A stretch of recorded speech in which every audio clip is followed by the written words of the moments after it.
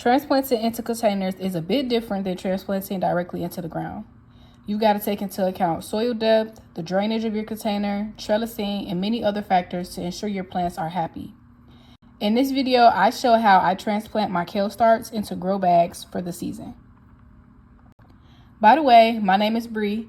Thank you for clicking on this video. If you're interested in learning how you can grow your own food and herbs and how you can use fresh produce and fresh herbs to make your own herbal medicine, skincare products, and recipes, make sure you like this video and subscribe to stay connected. So my container of choice is a grow bag. It's made of a very breathable fabric that doesn't look like it, but it actually has a lot of holes. So here I'm just demonstrating. I poured a little bit of water in there and lifted it up to show you that it is porous. So you could also use a 5-gallon bucket with holes drilled in the bottom, a storage container with holes drilled in the bottom.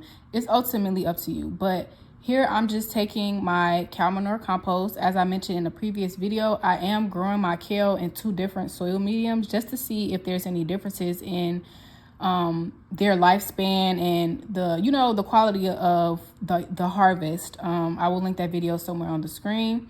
But you do want to make sure if you are planting in a container versus in the ground that there is at least 3/4 of whatever container you're using filled with soil to ensure that your crop has enough room for the roots to actually spread out.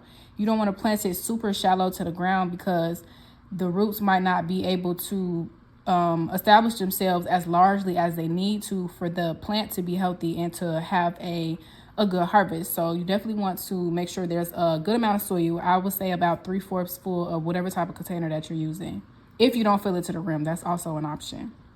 But similarly to the video where I showed you guys how I uppotted the kale from the seedling tray to these containers I'm taking it out of, all you're going to do is place your crop in the middle of your container. I'm putting it in the middle of my grow bag, and I'm just going to tuck it in very nicely like you would tuck your baby in bed, making sure it's deep enough so that the stems aren't just flailing around if it's windy outside. Also sprinkling a little bit of worm castings around the base of my kale just for a little extra nutrients. So as you can see, my kale is purple, and I did show in a previous video, actually I just posted it last week, how I was nurturing my kale back to health with a 2-4-1 fertilizer. But the fertilizer, I went to grab some and it was like molding, so I didn't want to use that on my kale. So I haven't used it in a while. That's why the kale was starting to go back purple. But here, as I'm watering, I added in a 5-1-1 fertilizer, and as the day of me recording this, the kale is already looking much greener. So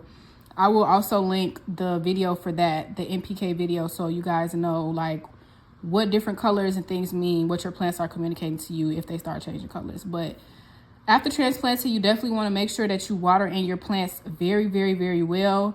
Watering is super important during the seedling stage and after transplanting because the moisture helps the roots get established. You definitely don't want your roots to grow out while they're still trying to get established in their final container or their final home for the season. So you want to be checking for water daily. Now, once they're established, you just pay attention to the weather. I will definitely post an update on my kale on my channel feed. So like this video if you found it helpful, and I'll see you guys next week.